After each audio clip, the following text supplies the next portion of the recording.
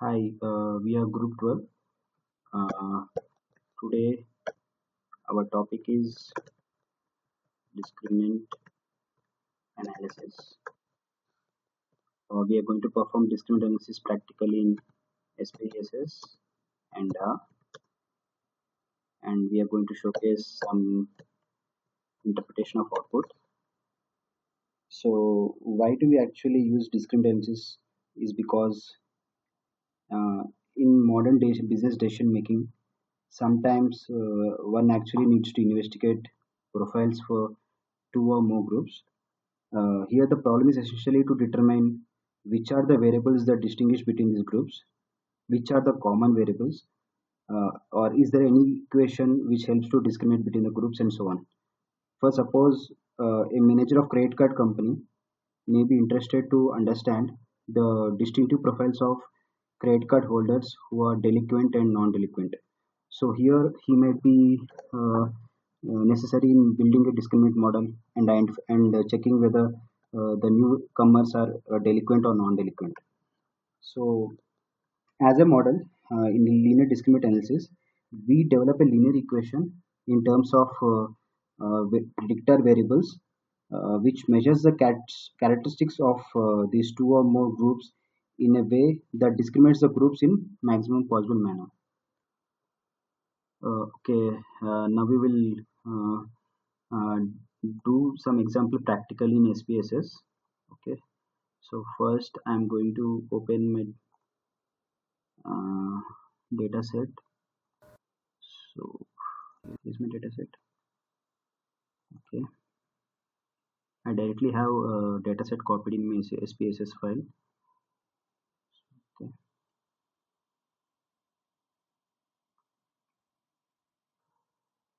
okay. So this is the data set. So explaining this data set, here we have 178 rows.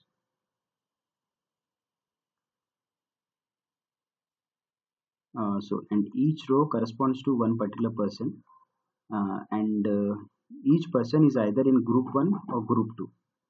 Here group 1 corresponds to engineer and group 2 corresponds to doctor.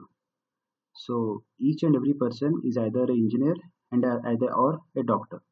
So this job is a dependent variable in discriminant analysis, uh, which is also called as dichotomous variable. Uh, and we are going to design a model here based on these predictor variables, which are outdoor, social, and conservative. Here, each and every person has some value of these predictor variables. So, based on these values, we are going to uh, model a discriminant model uh, using this analysis. So, for that, the steps goes like this. So, you go from analyze, then classify, then discriminant. So here job is our grouping variable. It is a dependent variable, and these three are predictor variables. So using these predictor variables, you're going to predict new classes. So first you will send this dependent variable into grouping variable. Next, outdoor, social, and conservative as independent variables. Next, you have to define range of your job as the minimum value of your job is 1 and maximum value of job is 2. So there are two values. So here you leave it to be independence together. In statistics, we are going to take means, invariant ANOVA, box M, Fishers within groups correlation, and classify these things will be like that only, and then we'll be taking summary table and we'll be saving all these three things: data, group membership, discriminant scores, and probabilities of group membership.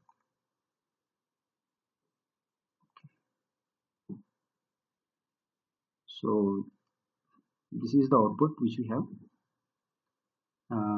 The first box actually says whether each and every row in our data set is valid or not. So here, as you can see, total 178 data, 178 persons data is valid. So there is no error in the data set. Next, in this group statistics table, we can see in the jobs classified into two groups, into group 1 and group 2. In group 1, what is the mean value of outdoor attribute? Outdoor predictor variable. And next, what is the mean value of social predictor variable? And next, what is the mean value of conservative predictor variable? And what is their respective standard deviation? So this table actually shows in each and every particular group what are the values of these what are the mean values of these predictor variables and their standard deviation. Next, uh, next, Wilks lambda. Actually, Wilks lambda is nothing but uh, within group correlation. Within group variation divided by total variation. So Wilks lambda. So as the numerator says, it is within group variation. So within group variation should be less than across group variation between two groups. So as the numerator of Wilks lambda says within group variation, so basically within a group the variation between predictor variables should be less. So basically Wilks lambda value should be minimum. So here we actually see that whether Wilks lambda is significant or not to say that the model is good fit. And the next table shows pooled within group matrices.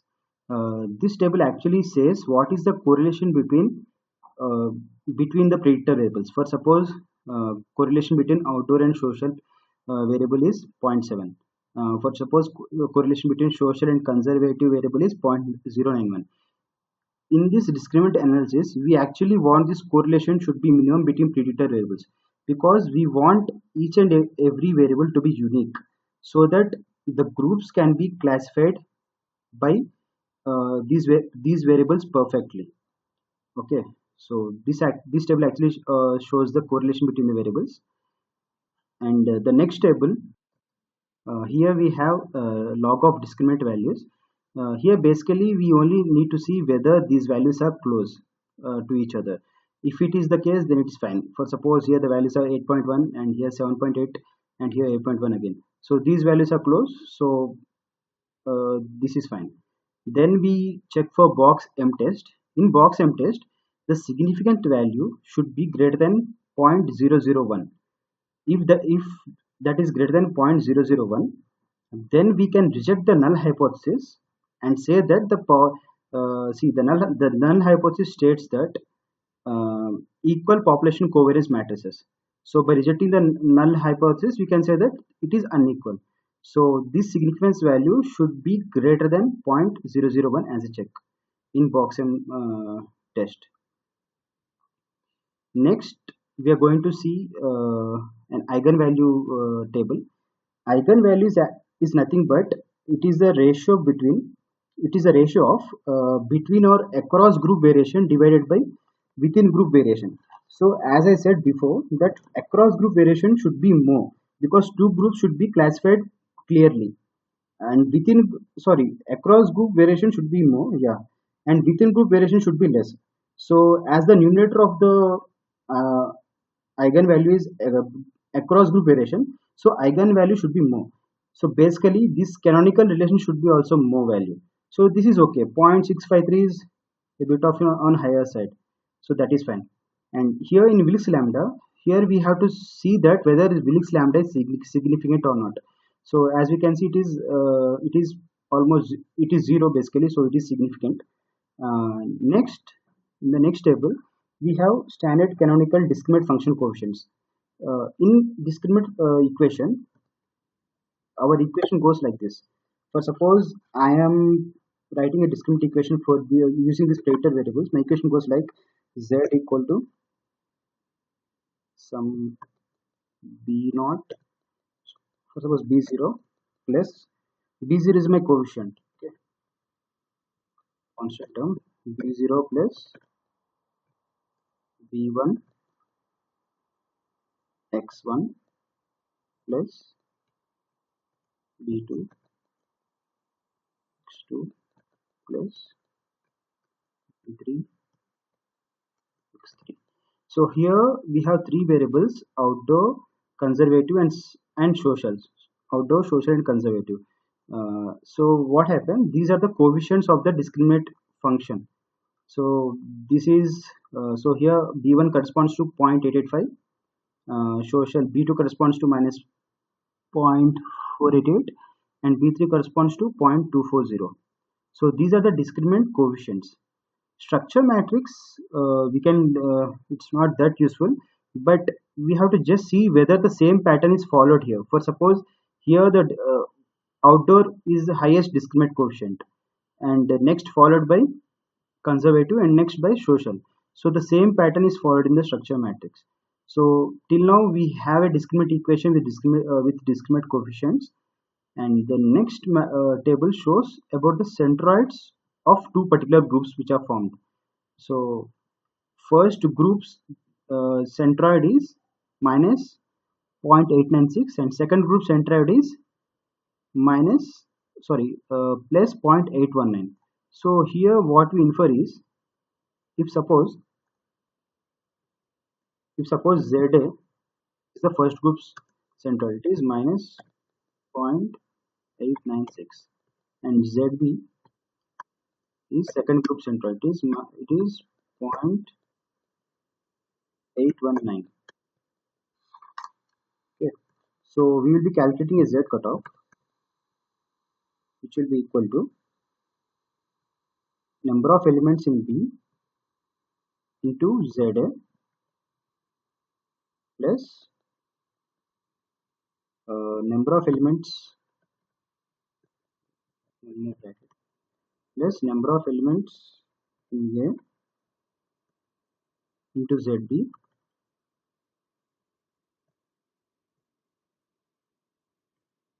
whole divided by NA, NA plus NB. So we will be calculating a Z cutoff here by using these ZA and ZB values, and we know what are the number of elements in second group and what are the number of elements classified in first group if we see them in the table upward.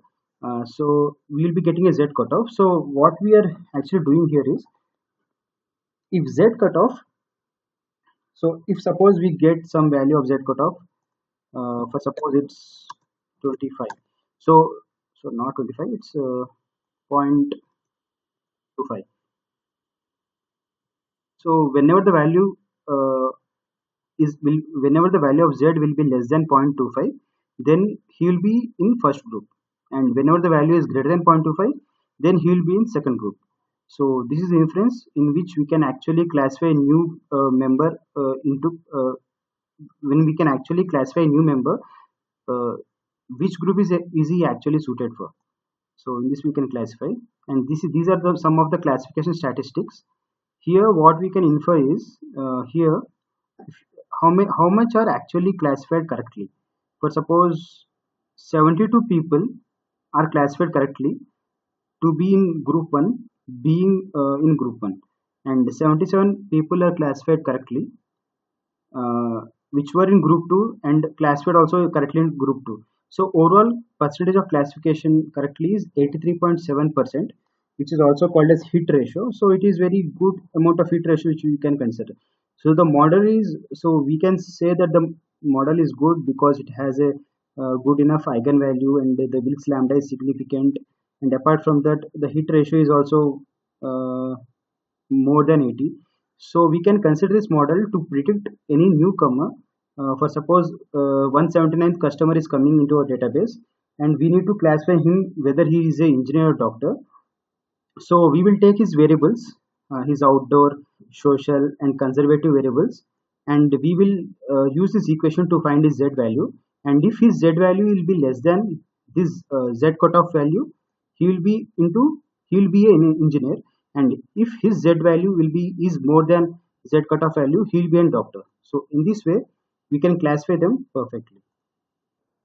So this is the way in which we have to analyze in SPSS.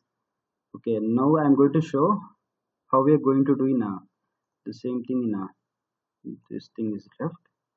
So I will open RStudio first.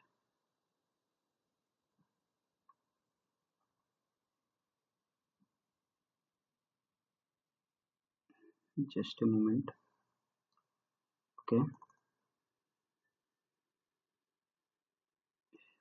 I already have an R code in my notepad.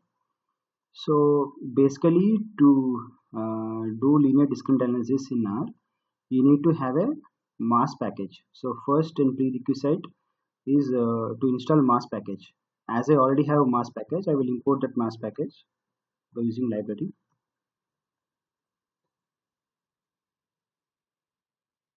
One minute.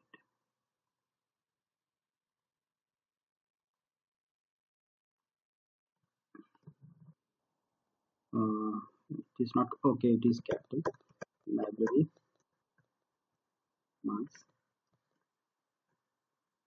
Yeah,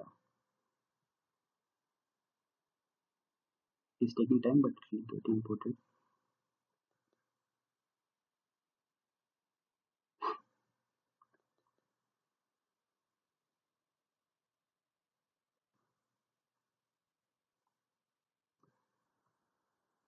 So it got imported.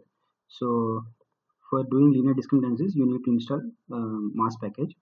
So after importing mass package, next I have my file in this directory. So I'll import my file. See, as this says, I'm going to read a CSV file in C drive. I will show you the file. See, this is my CSV file having job as a dependent variable and three predictor variables. So this is the data set of 178 persons which are used in SPSS. So in this first step, I have imported that CSV file in data1 variable, and I have set header equal to because I have some header in that Excel file. So now the data1 is imported. If you want to check the file, you can just enter data1. So 178 rows are imported. So as a next, I'm going to do a linear discriminances. So for this is the equation. LDA refers to linear discriminances. Here, job is our independent variable, and outdoor, social, conservative are our predictor variables. And the data which we are taking is data1 which you have imported, and and we are making sure that this output is entered into data1.lda. So this is the step. So to see what is output of a linear discriminances, we are going to fetch data1.lda. Okay. So this is the output of a linear discriminances. As we can see here, these are the group means. These are two groups which are classified, 1 and 2. One is engineer and 2 is doctor, as I have said before. And here these are the our predictor variables. These are nothing but the means of these predictor variables in these groups. For suppose outdoor has a mean of 12 in group 1 and a mean of 18 point something in group 2. And these are the coefficients of our equation which I was referring like not this thing. These are the coefficients, like these are b1, b2 and b3. So in this way we can get coefficients and means. And next we have one more command.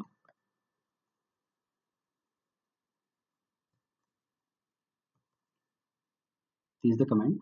Here actually what we are doing is for suppose here this is C234.